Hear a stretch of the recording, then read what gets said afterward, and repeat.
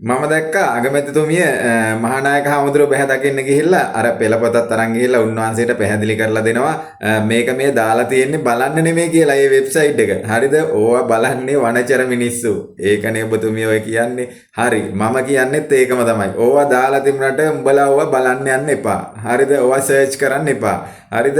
ඒක නිසා පොඩි ළමයින්ට ඕක දාලා තිබුණාට ඒ ළමයි ඕක බලන්න දන්නේ නැහැනේ. ඔය අපේ පොඩි උණුත් ඉන්න උන් ඔය ෆෝන් අරන් තියෙනවා. උන් ඒ වුණාට ඕවා සර්ච් කරන්න දන්නේ නැහැ. ඒක නිසා වැඩ ටික ගන්න යටින් යයි. ඒක නිසා කලබල නැතුව පාඩුවේ හිටපල්ලා අගමැතිතුමිය ඔය ආණ්ඩුව කියන විදිහට මම දැක්ක අර മന്ത്രിතුමෙක් කියලා දෙනවා විශ්වාස භංගයක් ගේන්නකො අපේ 159ක් ඉන්නවා 159 ලොකුයිනේ මුළු රටම වැඩිය එයා කියන විදිහට ඉතින් ඔව් ඒක ඇත්ත මේ වෙලාවේ 159 ලොකුයි ඒක නිසා ඕක අනිවාර්යෙන් ඕක පරාජය වෙනවා කියලා අගමැතිතුමත් කිව්වනේ විශ්වාස භංගේ පරාජය වෙනවා කියලා එතකොට ඒක ප්‍රශ්නයක් නැහැනේ හරිද ඒක නිසා හොඳට ඔළුවෙන් හිතන්න ඒක නිසා එහෙම හිතලා වැඩ ටික ගන්න යටින් යයි ඔය කියන විදිහට ආණ්ඩුව කියන විදිහට ඔයාලා මඩ ප්‍රචාරණය කරන්න එපා අර මහාචාර්යවරු ආචාර්යවරු අම්මඩ සිරි ඉන්නවනේ බරතෝගය ඒ එක සෙට් එකක් කියලා දෙනවා අගමැතිතුමියට ඔය විදිහට අවලාද නගන්න එපා කියලා. ඔව් අවලාද නගන්න එපා.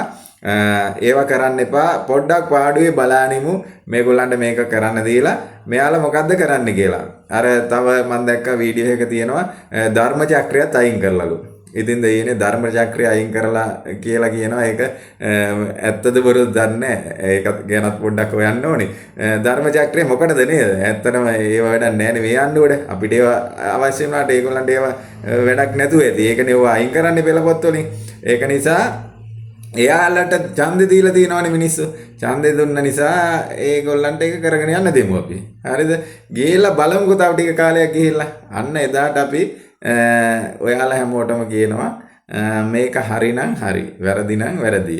ඒක නිසා අපි බලානිමු අගමැතිතුමිය කියන විදිහට මොකද දෙයක් කරන්න ගියාමනේ මිනිස්සු මඩ ගහන්නේ. ඒක නිසා ඒ දේ හරියට ඒගොල්ලන්ට අවශ්‍ය විදිහට කරගෙන යන්න දීලා අපි පාඩුවේ පොඩ්ඩක් කියමු.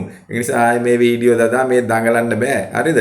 ඕවා අනික කතා වෙන්නත් එපා. ඔය හැමතැනම ගිහින් අගමැතිතුමියට අපි මේ කියන්නේ ඔබතුමීලා කරගෙන යන වැඩේ ඔබතුමීලා කරගෙන යන්න. හරිද? එතකොට ඔය ප්‍රශ්න ඉවරයිනේ. ඒක නිසා අපිත් එක ගැටුම් ඇති කරගන්න එපා. මම දැක CID එකට ගිහිලා තියනවාකෝ. ඒව යන්න එපා.